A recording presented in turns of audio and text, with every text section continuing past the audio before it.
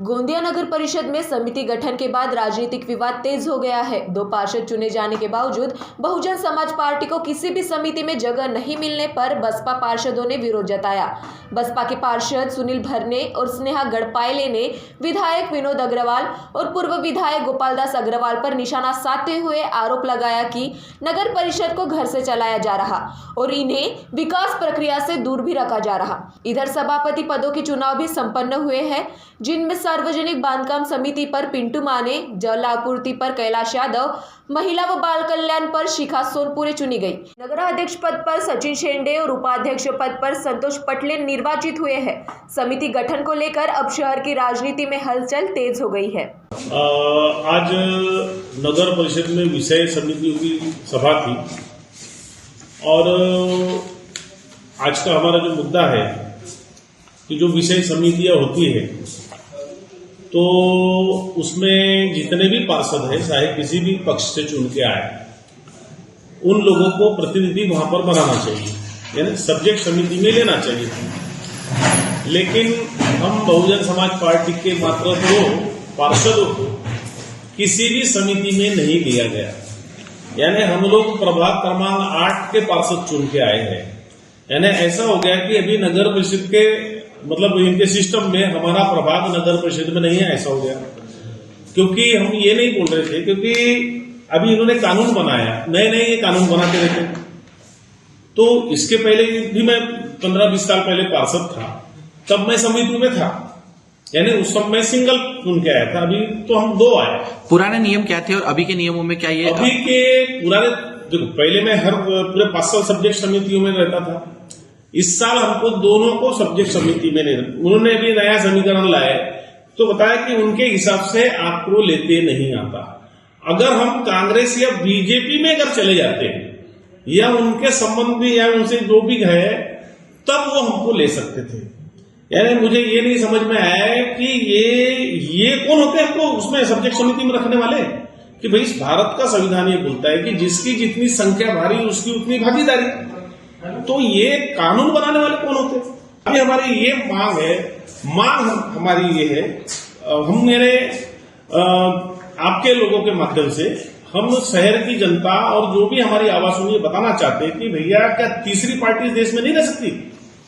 यानी हम 2 पार्टी के सम्मिलित हो जाएंगे, उनके पीछे लोग बन जाएंगे तो आप हमको मौका देंगे। आप होते कौन है हमको मौका देने वाले? भाई हम ये बोल रहे हैं कि हमारे संख्या के हिसाब से आपको प्रतिनिधित्व देना था भाई सब्जेक्ट कमिटियों में। सभागृह में आज आपने डिमांड की थी ऐसे पदों के लिए? नहीं, हमने कोई डिमांड नहीं की। हमको जो है बीजेपी कांग्रेस दोनों तरफ से ऑफर थे, सभी टाइप के ऑफर थे। हमने कहा कि भैया हमको जनता ने चुन के दिया है जनता के काम करने के लिए, तो हमने क्योंकि हमारा जो वोटर भी है वो बीजेपी को पसंद नहीं करता। ये जो इन्होंने जो सिस्टम बनाई ये गलत है। हमारा वो सिस्टम पे हमारा वार है कि भाई हमारी जो संख्या है तो संख्या के आधार पे हमको प्रतिनिधित्व मिलना था।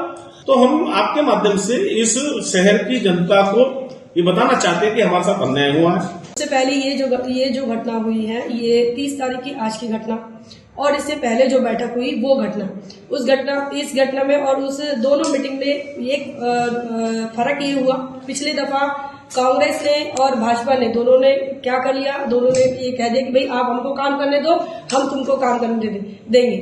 और ऐसा कह के उन्होंने नगराध्यक्ष चुना हुआ था और उप नगराध्यक्ष उपाध्यक्ष उन्होंने वहां से चुन लिया आपसी समझौता करके। उसके बाद हमने ये सवाल उठाया कि भाई यहाँ पर वोट क्यों नहीं हुआ, चुनाव क्यों नहीं हुआ, क्यों नहीं चुना गया, क्यों ये नहीं पूछा गया कि कितने नगराध्यक्ष के साथ कितने लोग हैं और नगर उपाध्यक्ष के साथ कितने लोग हैं।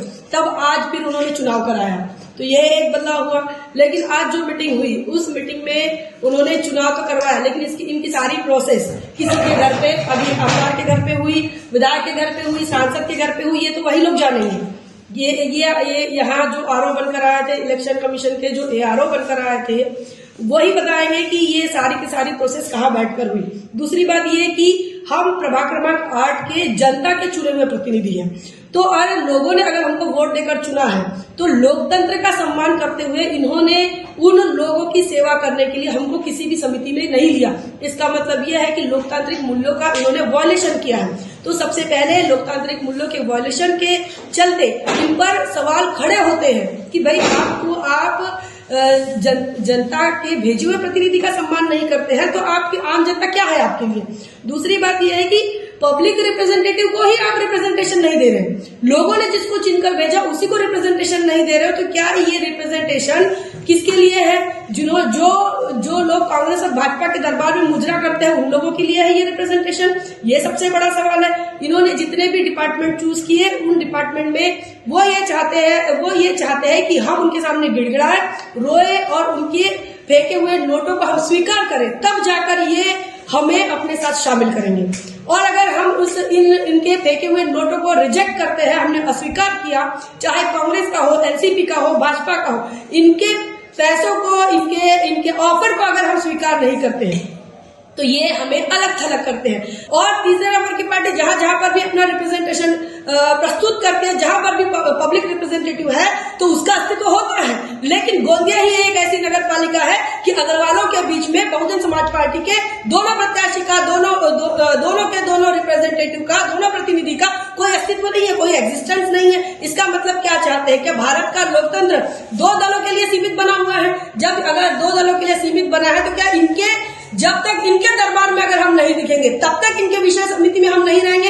अगर ऐसा है तो इन्होंने खुलकर बोलना चाहिए कि हाँ, तुम लोग अगर गोपाल अग्रवाल या विनोद अग्रवाल के दरबार पे दिखोगे तभी जाकर आपकी बात मानी जाएगी। सबसे ज्यादा काम आज गोंदिया के अंदर कहीं बचा हुआ है, जहां नहीं हुआ है विकास कार्य। सबसे ज्यादा बजट के लिए परेशान अगर कोई क्षेत्र है तो वो आज की तारीख में कुम्हारे नगर है, सावित्रीबाई फुले वार्ड है। और ऐसे में ही इसी प्रभाग के प्रतिनिधियों को प्रतिनिधि नहीं मानना, ये नगर पालिका प्रशासन और नगर पालिका में जितने भी चुने हुए सिलेक्टेड और इलेक्टेड जो मेंबर आए हैं वो तमाम लोग इससे ये समझ में आता है कि इनकी जातिवादी सोच है। आइडियोलॉजी के तौर पर हम अलग हो सकते हैं, वैचारिक तौर पर, विचारधारा के तौर पर अलग हो सकते हैं, लेकिन लोगों ने जब चुन कर दिया तो उनका काम है कि हमें अलग थलग ना रखकर हमें किसी जिम्मेदारी में शामिल करना चाहिए। लेकिन ये चाहते हैं कि ये हमें शामिल ना करें।